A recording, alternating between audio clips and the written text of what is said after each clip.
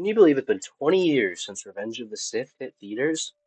Well, I can't because I wasn't even alive in 2005.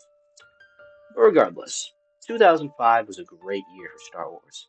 It gave us Lego Star Wars, Republic Commando, and one of my personal favorites, Battlefront 2. Which also got a re-release last year, which many felt was less than desirable. Revenge of the Sith was the ending of George Lucas' Star Wars, and people went wild for it.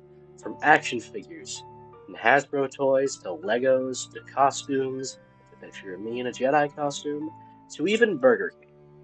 Revenge of the Sith was easily one of the most marketed Star Wars movies, for the time at least.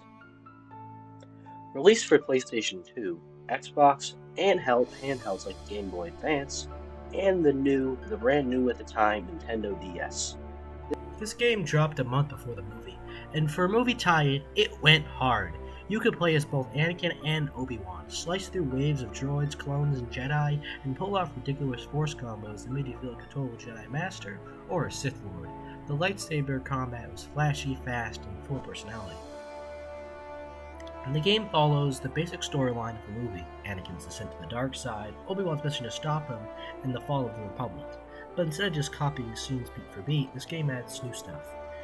Entire missions that take place off-screen in the film. These were based off deleted scenes. Expanded duels with characters like Count Dooku, Grievous, and Yen Mace Windu. A bonus what-if ending where Anakin defeats Obi-Wan and kills Palpatine, and becomes the new Emperor. The entire game had around 15 minutes of the movie built into the game, and since the game came out before the movie, this was a problem for some fans. Although the combat is kind of where the game shines. Each character, Anakin and Obi-Wan, had their own moveset, animations, and force powers. You've got a mix of melee combos, heavy and light attacks, force attacks, as well including push, pull, heal, lightning, etc., and finishing moves for fun. You can even upgrade your abilities between missions using experience points, giving it a slight RPG feel, even though this game is just a slice and dice. So yeah, the game might not be the most polished Star Wars title ever, but it's probably one of my favorites.